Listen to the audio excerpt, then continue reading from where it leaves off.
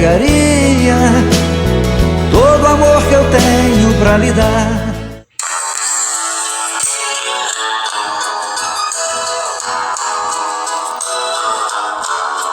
Quarto Negro,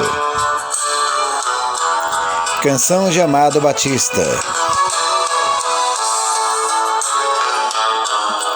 Essa canção, Quarto Negro, é uma canção de grande sucesso do cantor Amado Batista, gravada por ele no ano de 1992.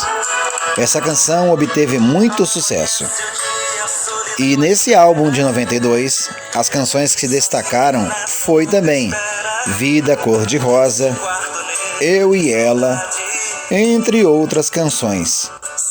E uma curiosidade muito importante sobre essa canção, Quarto Negro, uma canção de grande sucesso do cantor Amado Batista, é que essa canção já havia sido gravada também por Leandro e Leonardo. Isso mesmo, Leandro e Leonardo. A canção, essa mesma canção, foi gravada pela dupla. Acompanhe. Amanhece a solidão é fera, e eu aqui lutando nessa espera. Nesse álbum, a dupla Leandro e Leonardo ainda não tinha estourado. Repetindo assim, logo em 89, quando relançaram mais ou menos esse mesmo álbum, modificado algumas coisas por outra gravadora, aí veio o estouro da dupla.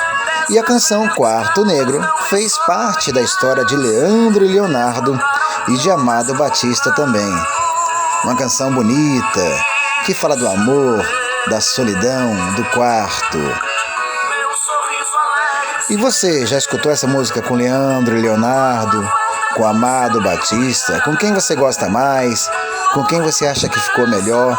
Com quem marcou histórias para você contar? Compartilha aqui com a gente. Estamos conectados. Sempre com as boas músicas e as boas histórias de amor, de paixão, de vida.